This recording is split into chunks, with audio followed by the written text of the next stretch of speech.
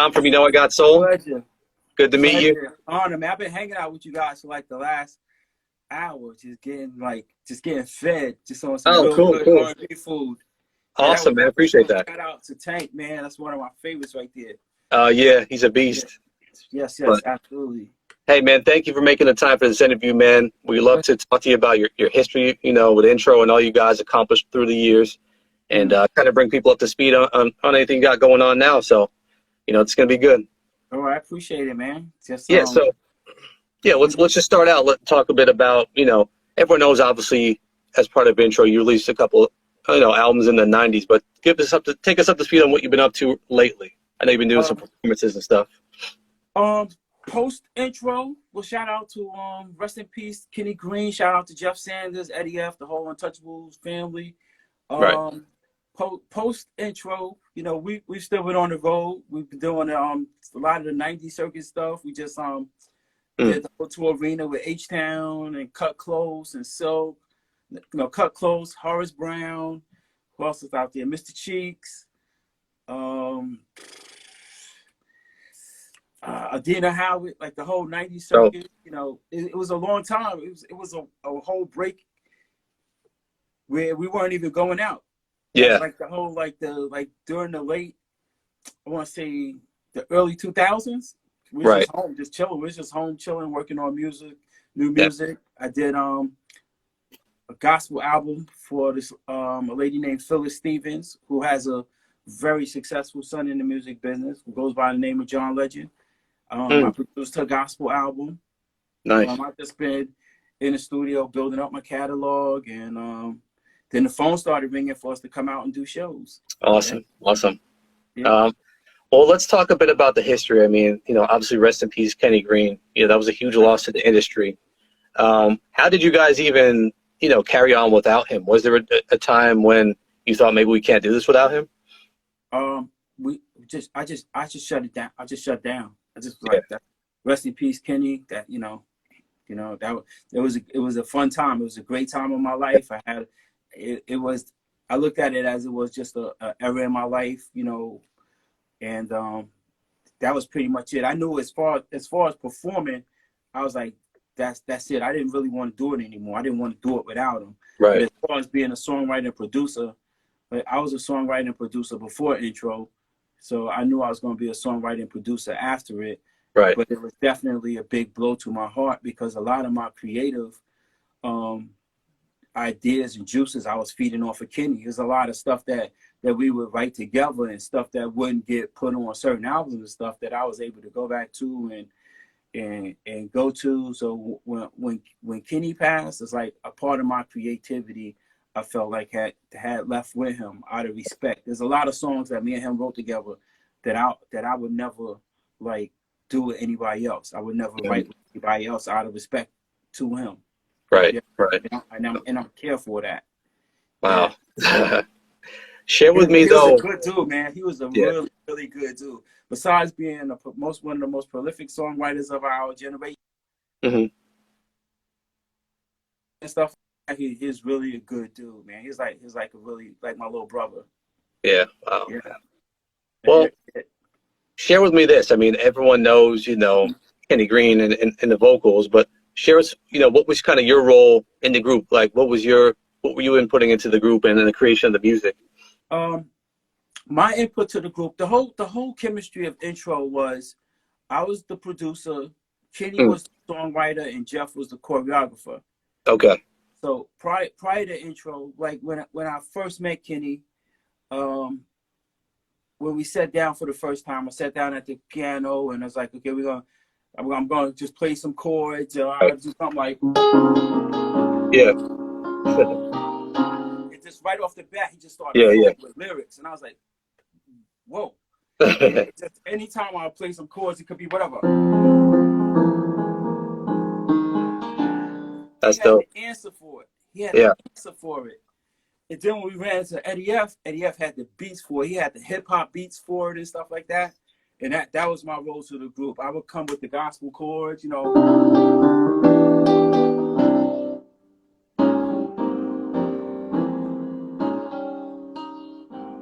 like that. kind of crazy, Yeah, awkward yeah. type of stuff. Yeah, I think that's what I added to the group. And over time, like prior to being an intro, I wanted to be a producer, and then I got the idea that I could possibly be a rapper because I was in a rap group with J. Rue the Damager. Oh, okay. Wow. So, but as far as being an R&B artist, that was beyond my wildest dreams. Wow. Yeah, That's interesting. I didn't realize that. yeah. So I taught Kenny piano. Kenny taught me how to sing. nice, man. That's cool. That's Yeah, cool. yeah. Well, you mentioned Eddie F. Share with us a story of how you originally, signed with him and his Untouchables label. Okay. Well, we met Heavy D at a club called the Red Zone. We was driving out to the Red Zone and we were singing a song that Jodeci had did with Heavy D called Peaceful Journey. You're on my mind and I wish you a peaceful journey. Brother, hope you hear me. When we got to the club, we saw Heavy D. We was like, oh, shoot, we was just singing this song. Let's let him know. Let's let him hear us sing his song. Maybe he'll take us to tour with him. So we pulled him to the side. Was like, yo, man, we was just singing your song. He's like, let me hear it. And we sung it to him, and he asked us for our number. We wrote down the number, gave it to him, and I'm very observant, right? So I watched how he took the number. I wanted to see what he was going to do with it. I wanted to see if he was going to fold it up and put it in his wallet. He balled it up and put it into the bottom of his pocket. And I was like, man, he ain't going to never call us. Oh, wow.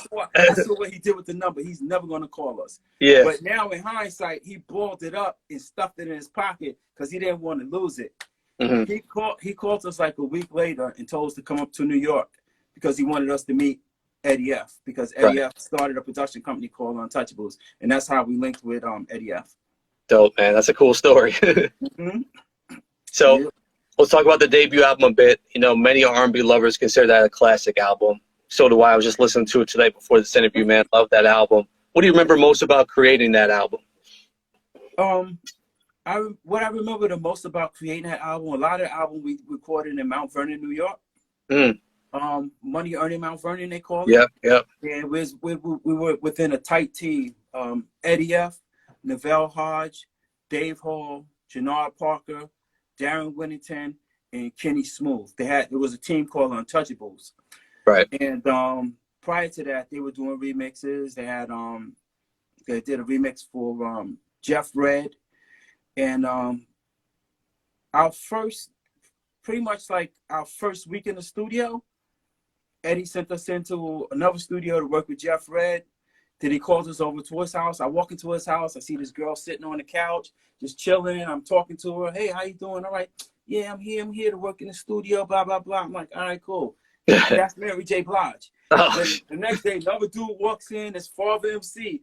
Next dude pops in, Heavy D. Oh, what's up? Who's that? Oh, his name is Puffy. That's Puff Daddy. So it was like our whole environment was just the meat of the 90s, like all of that bad boy, untouchable swag.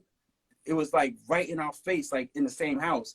It was called the Playground out in Alpine, New Jersey, with Eddie F's house. He had a studio called the Mini Mansion, and we went there. He put on hip hop beats, and we just let me be, bam, bam, boom. That's it. The next day, boom, boom, boom, no doubt about it. We got a good thing going on. Then to the next day, then we ran into in the middle of doing those songs, popped off the Mary J. Blige songs, Reminisce, My Love, Love No Limit, then the Shinehead, If You Try My Love. And as we were recording each song, I would get back in the car and drive home. They might give it to us on CD so we could just listen to the premix and stuff. And I was like, I think we got something. Yeah. This sounds different than what we listening to on the radio right now. Right. It would always be the three of us in the car, me, Kenny, and Jeff. I had like a Volkswagen Jet at the time. Right. So, I had a feeling that album was going to be something because it was just sounding different to me. I didn't know if it was going to be something good or something bad, but I know it's going to be something different. That's interesting, man. And then, of course, you did the cover of Ribbon in the Sky. Talk about the Stevie Wonder. What was his reaction when he heard that? I don't know his initial reaction, but I do know that we recorded the video for Ribbon in the Sky in Los Angeles, California. And The evening after we recorded the video, I jumped on a plane and I came back to New York because I'm just a native New Yorker. When I'm Yeah. gone for too long, I get homesick. I want to get home. I want to get home to my mother's food. Yeah. So I left Kenny and Jeff in Los Angeles, and I got home. And when I got home, my mother told me, she said, Kenny said to call him. It's important. Yeah. So I called Kenny at the hotel, and he answered the phone. He said, "You should have never left. We're going to meet Stevie Wonder tomorrow morning." That Andre is coming to pick us up. That's James Cleveland's son. He's coming to pick us up to take us to meet Stevie Wonder. I might have said bye to my mom. All I remember is grabbing my bag and heading back to Kennedy Airport. And I was back on the plane, and I was back in Los Angeles the next morning by the time they came to pick us up. And they took us out to Stevie Wonder's house. And it just happened to be Kenny's birthday. Mm. It was like a dream come true, man. Just meeting him was a dream come true. But that wasn't enough for him. He knew that we was coming and we would be blown away, but that wasn't enough. He sent out people to get a birthday cake. Oh, wow. It's amazing. He called over his friends. He called over Johnny Gill, Terrence Trent D'Arby. We threw a party for Kenny. He gave Kenny a portable DAT for his birthday. And then the icing on the cake was to record a song with him called I'm the One Who Loves You, which is on the Curtis Mayfield tribute album called All Men Are Brothers. So that whole day, if there had been cell phones during that time, you know, I would have all of the footage. But even though I had a camcorder, they really didn't want us to record because it was some really good things going on here. Like he was playing air hockey. Wow. Stevie Wonder, he had an air hockey thing in his studio that he was playing, and he was beating everybody because he could hear the puck. It was just an amazing experience, man. That's amazing, man. That's awesome. Love to hear that history. You know, take me into the second album, man, New Life. What do you remember about that one? The second album, New Life. New Life. A lot of people feel like we went in a different direction with New Life. Mm-hmm. And we never really got the chance to explain it, so I'm going to explain it here. Like, the difference between the first album and the second album is that when we got the budget to go in and do the second album, well, first of all, from the first album, Atlantic Records put us on tour. We were on tour for about 2.5 years. We've been went through from everywhere, from Germany,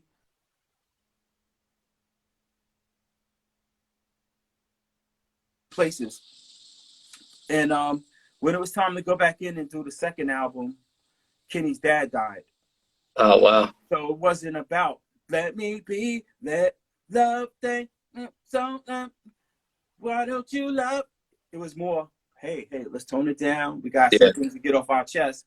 So New Life was more like a gospel album, more of an inspirational album. And pretty much every song on that album is dedicated to Mr. Kaiser, Kenny's dad, who passed away right before we started recording the album. And I knew that, and I had to actually stand back because on the New Life album, I wanted to write. I wanted to be a producer. I wanted to catch up on from the first album. I wanted to do just as much as I did on the first album on the second album, but I really had to fall back and just let him vent and do what he had to do. So what's missing from the second album from the first album is pretty much a lot of, I'm not going to say me, but a lot of what I added to the first album. Right. I got you. Yeah. Out of respect, I had to. Wow, that adds a lot of perspective. Certainly does. Now that hearing it, definitely think about that when I hear it the next time. But then tell me, how come, there was never, between the time of the second album and then when Kenny passed, how come there was never a third album? We actually recorded a third album after Kenny's dad passed away. Kenny came back to New York and we recorded at least 15 to 20 songs. Like Fubu, the clothing company, they actually pulled together because by this time we had left Atlantic Records and we weren't signed to a label. We were just going to do things on our own independently. We said, let's just record an album and then we'll go and shop it. So we went into the studio. We recorded a ton of songs. It's like some of them have leaked on the internet. I don't know how. But we did record a third album, which sounds like what's supposed to be in the middle of the first album and the second album. Oh, wow. Yeah, shoot. I wish I could play something real quick to show you what I'm talking about. But let me see something here. Yeah, we'd love to hear it. Let me see. And while you're pulling it up, shout out to my guy Devon in the house. We were talking a lot about intro before this interview. He's a big R&B history fan himself. So, what's up, Devon? What's up, Devon? Let me see. Let me see something. How can you let me go? Let me see something. This might play right here. Let me see. Just like this is something that's unreleased, but this is something that would have been on the third album. Okay. I'm playing it for the first time. Oh wow! On I Instagram or appreciate it. Just to give people an idea. Check it out. How can you let me go? Rest in peace, Greene.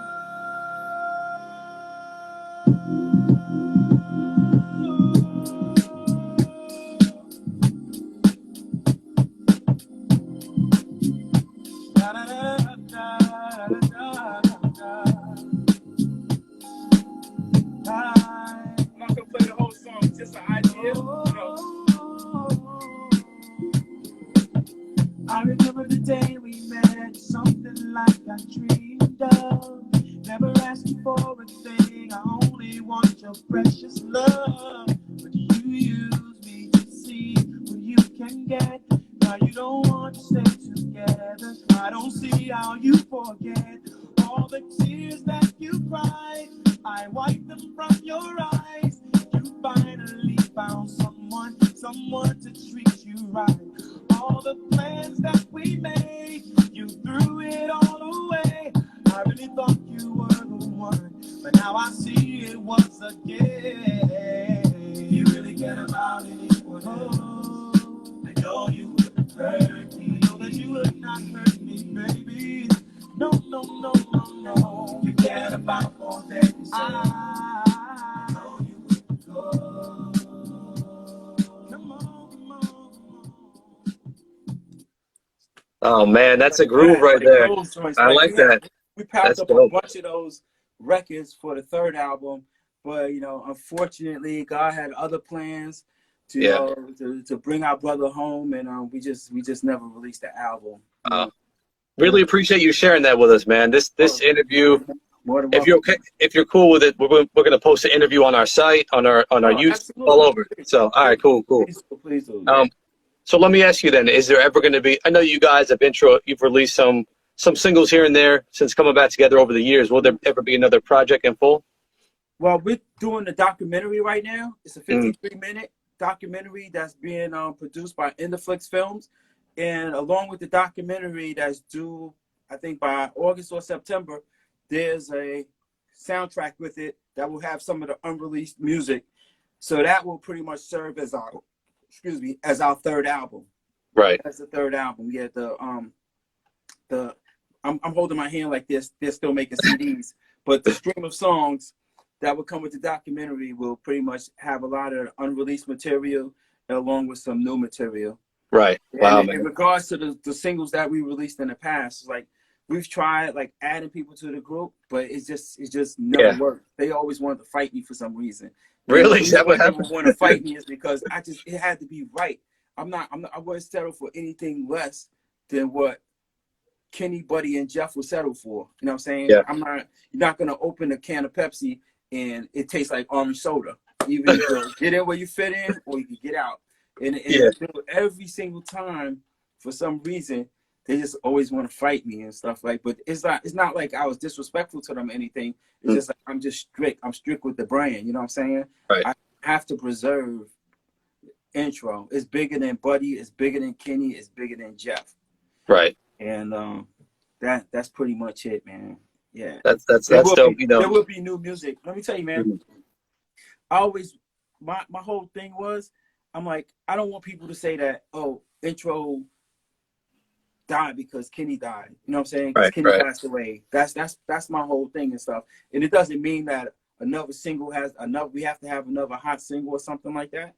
I just want them to know that Intro was just a movement. Intro was a sound. You know what? Nobody really knows who we are. Nobody knows Kenny. Nobody knows Buddy. Nobody knows Jeff. But they know the music. And I'm that same way when it comes to my favorite groups. Like one of my favorite groups are the Brand New Heavies.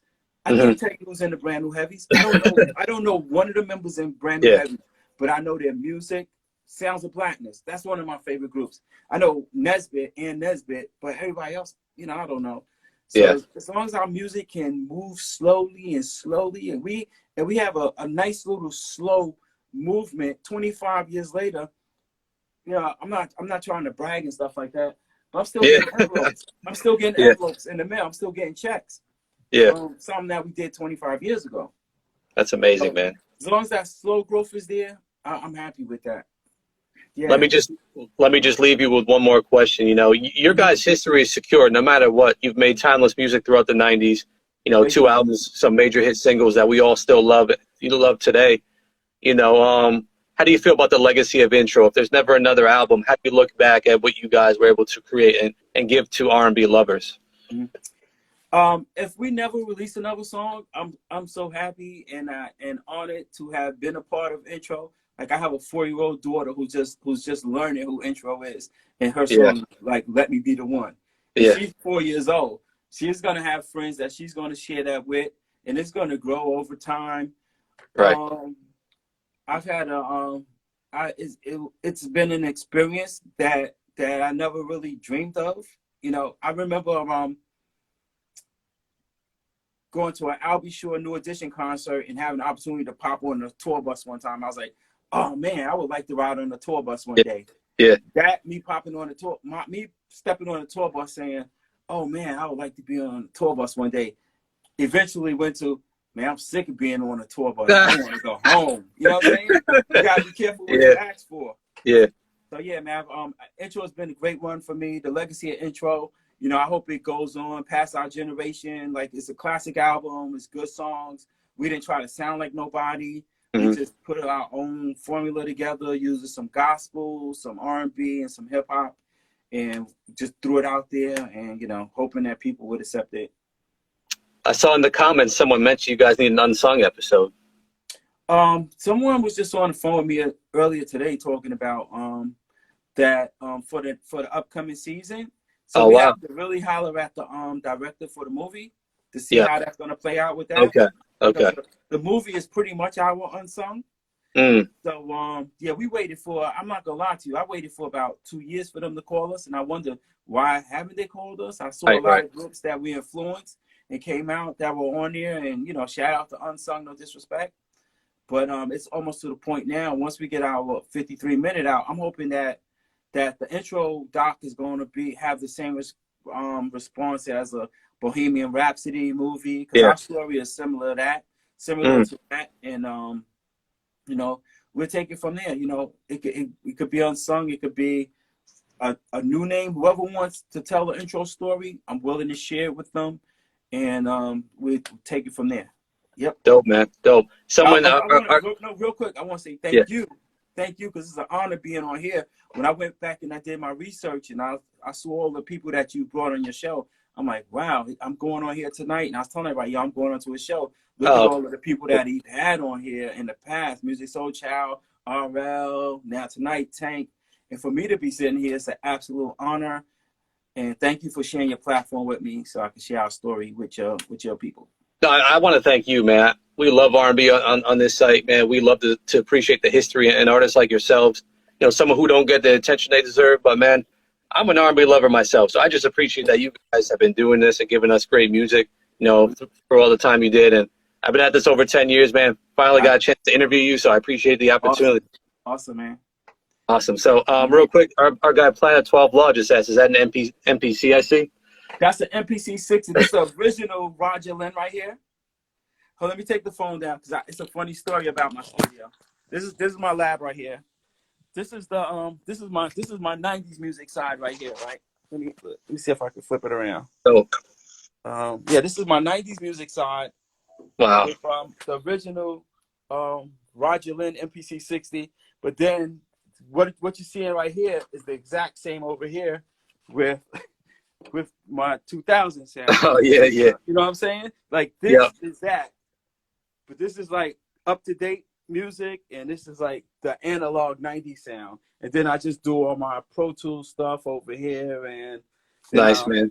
Yeah, just do my stuff over there. I got a little tribute to Kenny Greene over here that I like showing off sometime. Yeah, let's see that. Oh, wow. This joint right here. That's my big TLC poster. I walked out by Cool, the cool. platinum party with that. I walked by the party holding that. And T-Bars was like, "Where'd you get that from? I want that." I was like, I just walked out. We were, we were having a good time, and I walked Yeah, out of there with it. that's It was this dope, man. party right here, the triple platinum party in June 14th, 1995. But this is my Wow. little get up for Kenny right here from that I put together, his memorial from his service, and you know, Wow, man. I call this a little Kenny wall right here. Rest in peace, man. He's a That's really, dope. really, really good dude. That's awesome, man. Thank you so much for sharing that all with us. That's Oh, cool. my pleasure, man. My pleasure. All right, so we're about to wrap up this interview, man. Thanks again for your time. Really appreciate it. I You know know, you you got got our soul. support. Just hit I us know up, one man, day. whenever. Yeah.